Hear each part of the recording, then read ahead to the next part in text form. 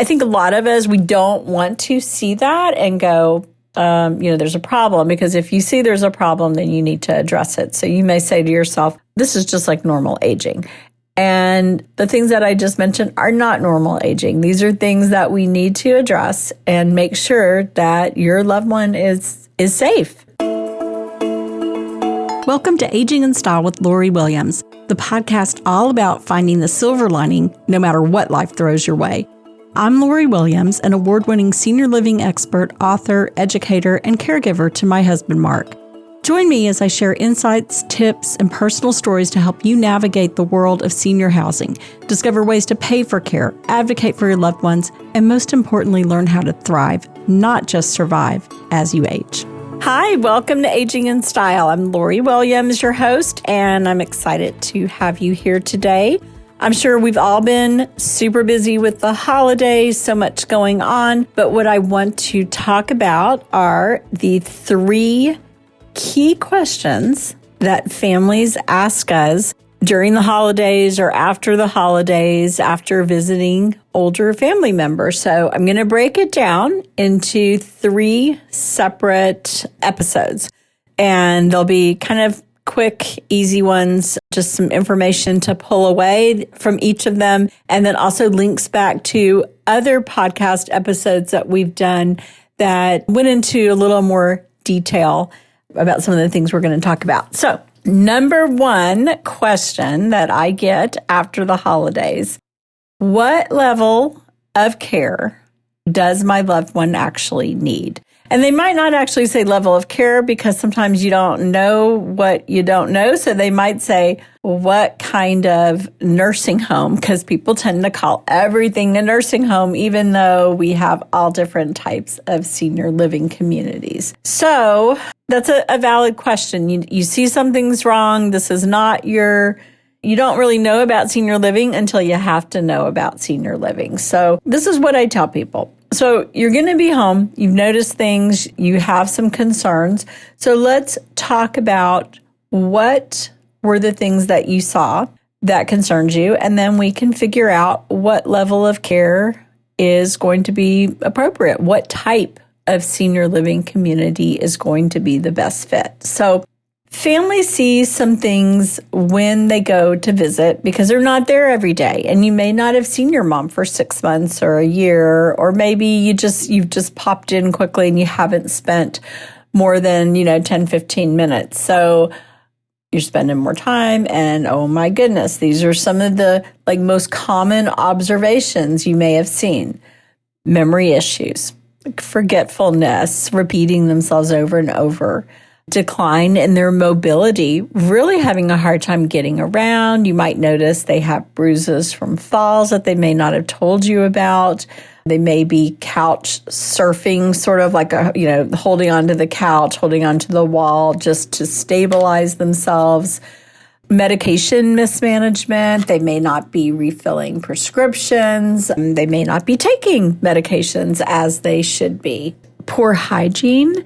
If your mom was always pulled together, dressed well, and the whole time you're there, her hair doesn't look like it's been washed, she's wearing the same clothes over and over, those are concerns. And again, kind of back to the memory issues, maybe some more increased confusion in groups. Maybe you'll notice that they become very quiet and withdrawn. Maybe not, it's because there's some dementia potentially, and they're not able to keep up with the conversations. Weight loss, poor nutrition. You're looking in the cabinets, you see expired food, you see not healthy food in there, and you can just see that they're not eating any nutritious meals. And then loneliness and withdrawal, really just kind of keeping to themselves, watching TV all the time.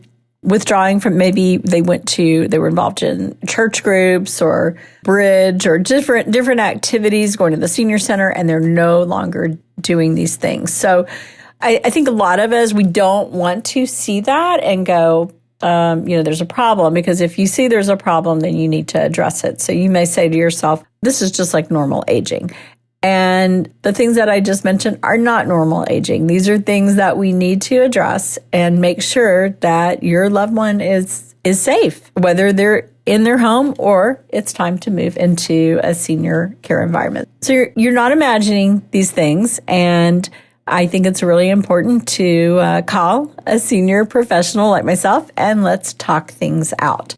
So I just want to break it down into real simple, kind of clear terms about when we say level of care or different types of senior communities, what it's going to look like. So first, everybody wants to stay home, right? That's everyone's wish, and I totally get it. And you can age in place, but sometimes it may look like you need to hire a caregiver and have someone there who provides some non-medical supervision, maybe make sure that they're taking their meds, make sure that they're, some light housekeeping, they have some companionship.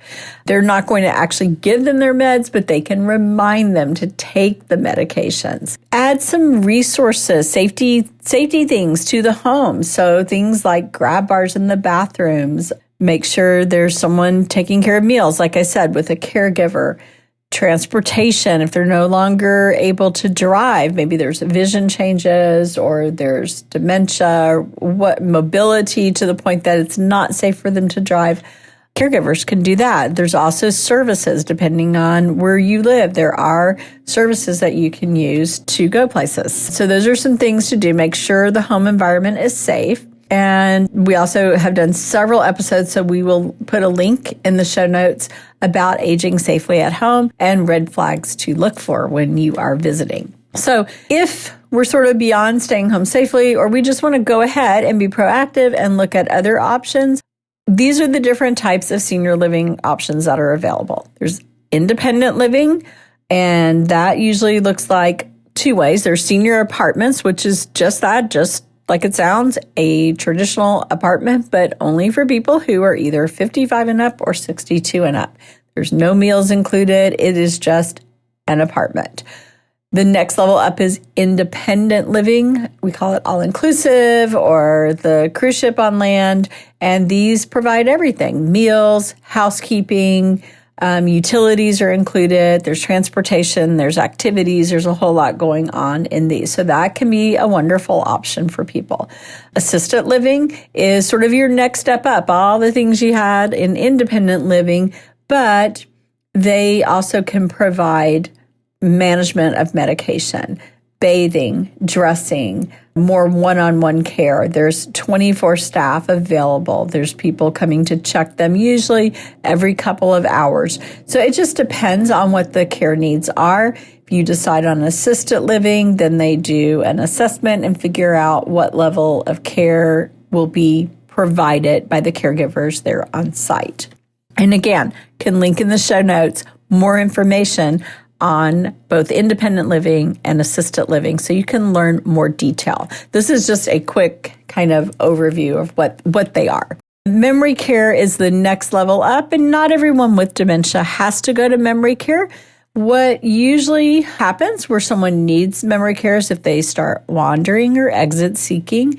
They have some severe agitation, maybe going in other people's apartments and, just extreme confusion, or maybe some behavioral issues where they could be physical or verbal or whatever it may be, but it's impacting the safety of other people. So that's where we tend to go to memory care, and also impacting their safety. So in memory care, it's a secure environment. They have their own apartment still. Sometimes we have shared spaces in memory care, which can help with cost. And all the activities, everything is geared towards people with dementia. So it's a great option.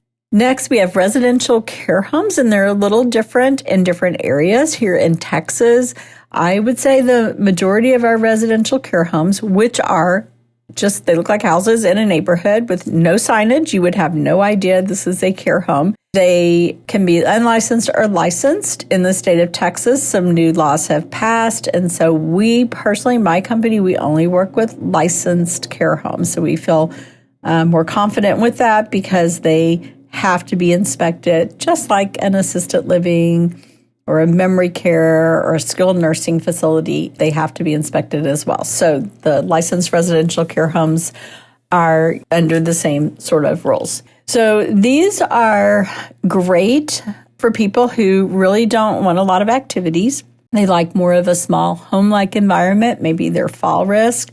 In my area, which is the Dallas-Fort Worth area, the majority of care homes that I visit, the people are either bedridden or they are pretty advanced with their dementia. So it's a great option because it tends to be, on the most part, not as expensive as a memory care. And some people just really enjoy that smaller environment. All right.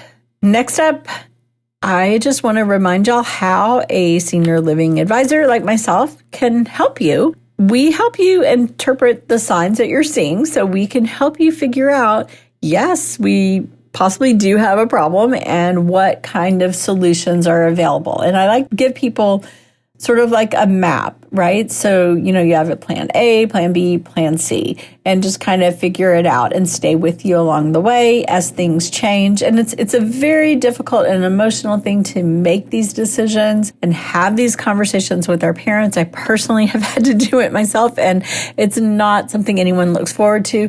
However, we want them to be safe and thriving wherever they are, whether it's in their home or independent living, assisted living, memory care, or wherever it may be. So I think it's important, again, as I said, to work with someone who is a specialist in your area because we know the communities, we know the staff there, we know their reputation, we've moved people in there, we have feedback from them.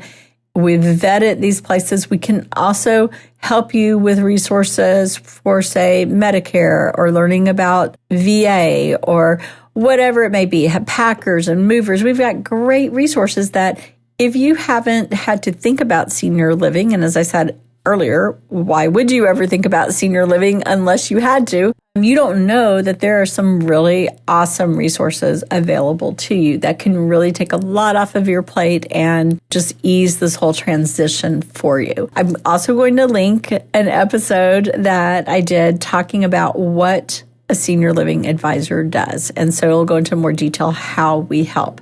I think it's really important because I think most people do this. They just Google or they go on Facebook and they ask a friend, they ask a whole group of people, hey, I think my mom needs assisted living, or I think my mom's doing this. And then you get advice that personally makes me want to pull my hair out because someone may be looking for independent living and they're being told to go look at a skilled nursing home or go look at a memory care. Well, the person doesn't even have dementia. So it's just a huge waste of time. And I realize people like to help and try to be the hero, but I don't want you to waste your time by visiting the wrong places. And so let's figure this out together and get all the places that are going to be a fit and all the resources.